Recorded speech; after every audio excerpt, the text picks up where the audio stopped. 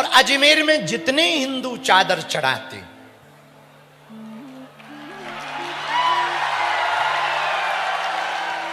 ठटरी के बरे हरो, अपने भगवान कम पड़ गए क्या? यहां से अजमेर दूर नहीं है, 10 किलोमीटर। देखो अजमेर है बहुत अच्छा है, किसी के भगवान वहां है वो पूजा करें। तू अपने बाप को बाप पुष्कर में आके बोल। हाँ, अजमेर में सनातनियों का कोई काम नहीं है, वहां रहो, अजमेर में खूब आनंद लूटो, अजमेर में रहो, चाहे हम तो कहते पाकिस्तान में रहो, पर यदि तुम सनातनी हो तो बाप केवल अपने परमात्मा को कहो। गीता में भगवान कृष्ण कहते स्वधर्मे निधनम श्रेया पर धर्मो भयावहा, स्वयं के धर्म में मरना श्रेयस्कर है दूसरे धर्म के बारे में विचार करने से। इसलिए मेरे पागलो, यहां पुष्कर में पिंडदान का बड़ा महत्व है। बामन घाट पर जो पिंडदान करता उसके पितर मुक्त होते। लेकिन ये जो पूरा पंडाल बाहर तक मैदान, जो मेला हमारे पवन ने लगवाया ना, ये बालाजी ने जो लगाया ना, इन 3 दिनों में वहां पितरों का कल्याण होगा, यहां तुम्हारा खुद का कल्याण होगा, आत्म कल्याण होगा। आत्म कल्याण की कथा हनुमान जी का चरित्र है, हनुमान जी के लिए लिखा। और देवता चित्तना अनुमत से सर्व सुख कर। और देवता ध्यान भी नहीं देते, एक हमारे हनुमान जी हैं जो सब सुख प्रदान कर। तो आज हम चिट्ठियां पढ़ रहे थे, सुबह सुबह हमको एक चिट्ठी मिली। किसी ने हमको लिखा कि आप भक्ति के बारे में कथाओं में बोलते हो, भगत के गुण क्या होने चाहिए। ये चिट्ठी हमें इसलिए भी अच्छी लगी कि बगल में मेड़ता है और हमको एक बार मेड़ता जाने का बड़ा शौक है। केवल जाने का नहीं, हमें कोई जजमान मिल जाए ना, हम उसको तुरंत कथा दे दें। कथा भी सुनाने का बहुत मन है, और वहां की जो कथा सुनाएंगे वो सिर्फ मीरा पर सुनाई जाएगी।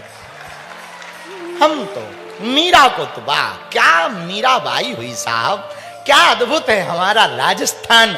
यहां महलों में रहने वाली जोगनी बनकर के पूरी दुनिया को दीवाना बनाती है। क्या मीरा बाई थी, क्या अद्भुत भक्ति थी मीरा के जीवन की साहब। नोट करना जरा मीरा की भक्ति के बारे में।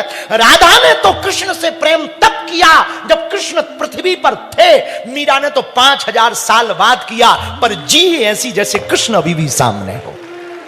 ये भक्ति है। मीरा जब नाचती थी तो ये मान करके नहीं नाचती थी कि कृष्ण नहीं है, या 5000 साल पहले हुआ, ये मान करके मीरा नाचती थी कि मैं मधुवन में हूं और मेरा गोविंद सामने खड़ा है। ये मीरा, इसको अंग्रेजी में कहें टाइमलेस लव।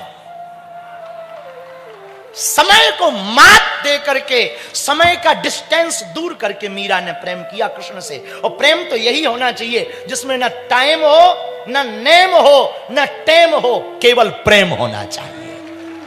मीरा का प्रेम नेम और टेम से ऊपर था। नारद भक्ति सूत्र में नारद जी ने कहा, भगवान अनिवर्चनीयम प्रेम स्वरूपम मूका स्वादनवत प्रकाशते क्वापि पात्रे गुण रहितम कामना रहितम प्रतिक्षण वर्धमानम विच्छिन्नम। नारद भक्ति सूत्र में नारद जी कहते प्रेम तो वही है जिसको कहा ना जाए, सिर्फ जिया जाए, और तुमको देख करके दूसरा भी दीवाना हो जाए। हमको तो मीरा बहुत अच्छी, यहां बगल में मेड़ता है, इसलिए ये पत्र हमें अच्छा लगा। तो सुबह जब हमने पत्र पढ़ा, हाँ हम आएंगे मेड़ता, अब कब आएंगे ये पता नहीं, पर आएंगे। तो पत्र लिखा, जरा ये ठीक करो, यहां के भगत के लक्षण बताएं। ये कोई कानपुर के रहने वाले हैं, इनका नाम नीरज है। इन्होंने कहा कि गुरुजी प्रणाम, हम बहुत दिनों से आपकी कथा सुन रहे हैं और हनुमान चालीसा पर जो आपकी कथा चल रही है वो भी हम सुन रहे हैं। इसका मतलब इन्होंने अभी कुछ दिन पहले ही पत्र भेजा। फिर उन्होंने कहा कि भक्ति के लक्षण आप बताएं, भगत के लक्षण क्या हैं, भगत के गुण क्या हैं। अब हम नीरज तुम्हें उत्तर दें, ये आपको भी कहें। पहले तो ये समझो भक्ति जरूरी क्यों? पूछो क्यों जरूरी है, पूछो। नदी में पानी ना हो तो क्या नदी होगी? नदी का कोई अस्तित्व होगा? बोलिए, होगा? खाने में नमक ना हो क्या भोजन स्वादु होगा? नहीं। साधु के पास साधना ना हो तो क्या वो साधु होगा? पंडित के पास वेद ना हो तो क्या वो पंडित होगा? विद्यालय में पुस्तकें ना हो और टीचर ना हो तो क्या वो विद्यालय होगा? उसी प्रकार जीवन में भक्ति ना हो तो जीवन भी नहीं हो सकता। और आपने पूछा कि भक्ति के, भगत के गुण क्या होने चाहिए, ये तो हम नीरज तुम्हें बताएंगे, पर इसका एक उत्तर और देना चाहेंगे। गोस्वामी जी ने रामायण में लिखा, भगति बिना नर सोहई कैसे, भगति बिना नर सोहई कैसे, भगति बिना नर सोहई कैसे। गाइए,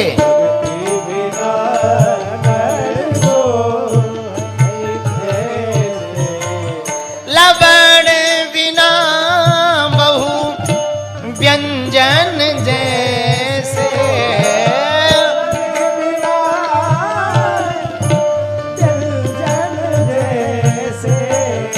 लवण बिना बहु व्यंजन जैसे,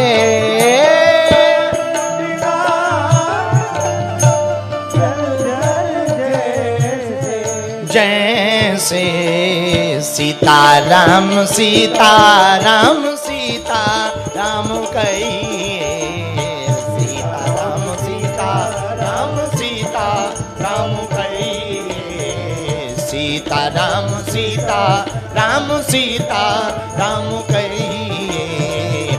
जाहि विधि राखे राम ताहि विधि रहिए,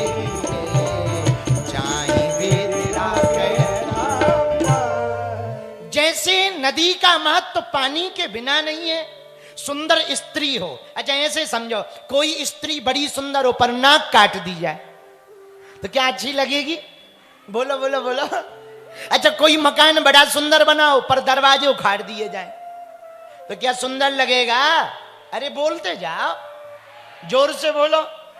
अच्छा कोई बस बहुत सुंदर हो पर इंजन और टायर निकाल दो तो क्या अच्छी लगेगी?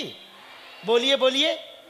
उसी प्रकार जीवन है, जीवन मनुष्य का मिला हो पर यदि भक्ति ना करो तो ये जीवन भी किसी काम का नहीं है, बेकाम का है। तो नीरज तुमने पूछा कि भगत के लक्षण क्या हो। हमने जब गीता पढ़ी तो हमें भगत के कुछ लक्षण मिले जो तुम्हारे काम के। ध्यान से सुनना। गीता में भगवान कृष्ण ने कहा, संतुष्टः सततं योगी यतात्मा दृढ़ निश्चयः मय्यापृत मनो बुद्धिर्यो मद्भक्ता समे प्रियः।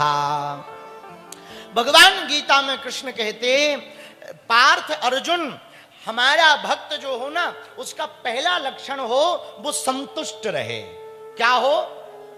भक्त का पहला लक्षण होना चाहिए संतुष्ट रहना चाहिए। हमने पिछली कथा में बोला था, फिर से दोहरा के बोलते हैं, जितनी बढ़िया भक्ति सबसे पीछे बैठे पंडाल वाले व्यक्ति की होती है, आगे वाले की कम होती है। हाँ हाँ हाँ, बुरा ना मानना, बिल्कुल सही बोल रहे हैं भाई साहब, क्योंकि आगे वाला टीवी में ही फंसा रहता, और टीवी और बीबी, राम राम राम।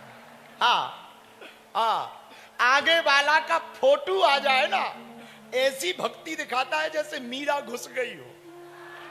हाँ ऐसे और कैमरा चला जाए,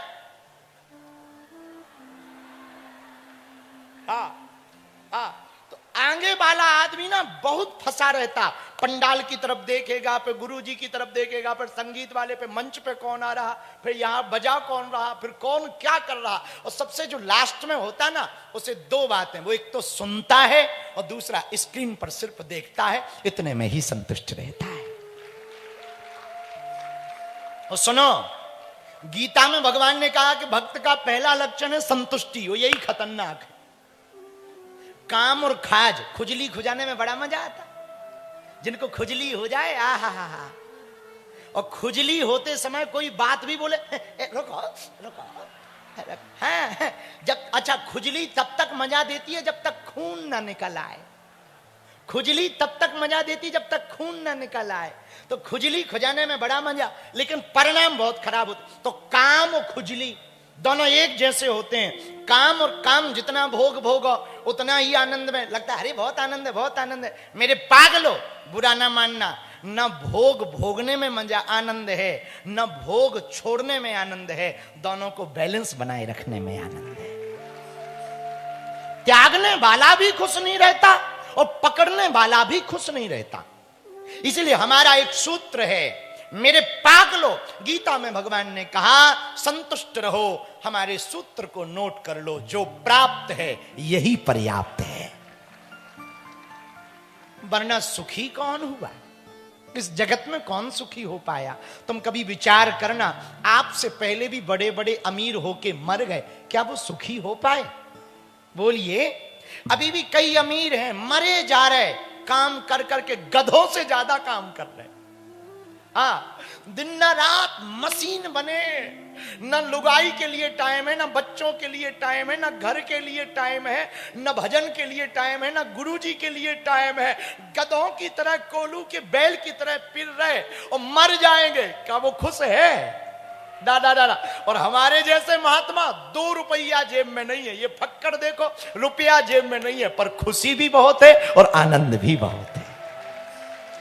इससे सिद्ध होता, खुशियां धन से प्राप्त नहीं होती, भगवान के भजन से प्राप्त होती है। तो पहला सूत्र है संतुष्ट। भक्त जो हो, नीरज तुमने पूछा भगत के लक्षण क्या? पहला संतुष्ट रहो। क्या रहो? बोलो बोलो।